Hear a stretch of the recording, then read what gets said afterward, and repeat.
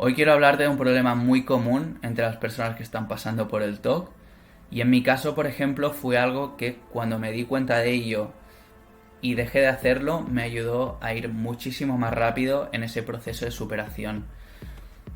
El objetivo así es que tú te des cuenta a partir de ahora, que seas consciente y que eso te ayude a poco dejar de hacerlo para hacer el proceso de superación de forma eficaz, porque muchas veces no nos damos cuenta y es una de las cosas que más influye en mantener vivo el bucle obsesivo.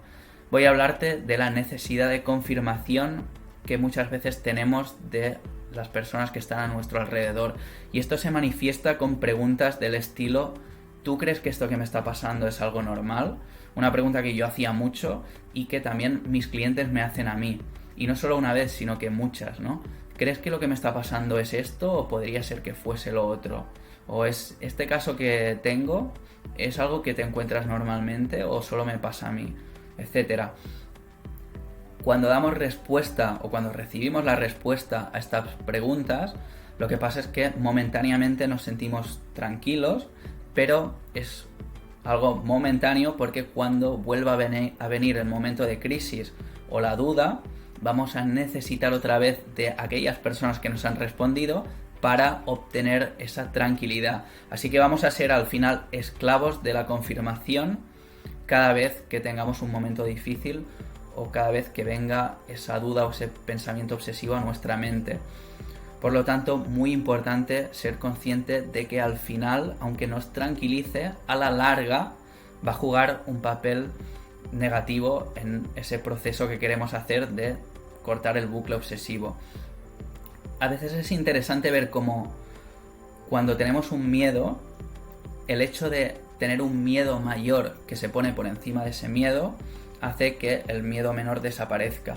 Y puedes pensar, por ejemplo, en cuando tienes me imagino que me hago un corte pequeño en la mano y durante un tiempo pues ese corte me molesta y dirijo mucho mi atención a ese dolor, hasta que igual me viene un dolor mayor, ¿vale? Igual me pongo enfermo de algo o me hago un corte aún más grande en otro sitio, y esa atención que antes iba a ese dolor menor del corte pequeño, ahora lo pongo en otro sitio y es como si el mal menor desapareciera.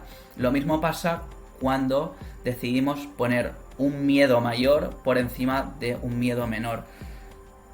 En este ejemplo, por ejemplo, el hecho de que te dé miedo seguir haciendo lo que no funciona y ver que eso te lleva a no superar nunca el problema, te debería dar más miedo que el pequeño miedo de quedarte con la duda cuando te vienen esos momentos de crisis y cuando necesitas la confirmación. Es decir, pon por encima la necesidad de superar este problema antes de la necesidad de contestar a esas preguntas, que además son contestadas con respuestas que no te dan ninguna seguridad.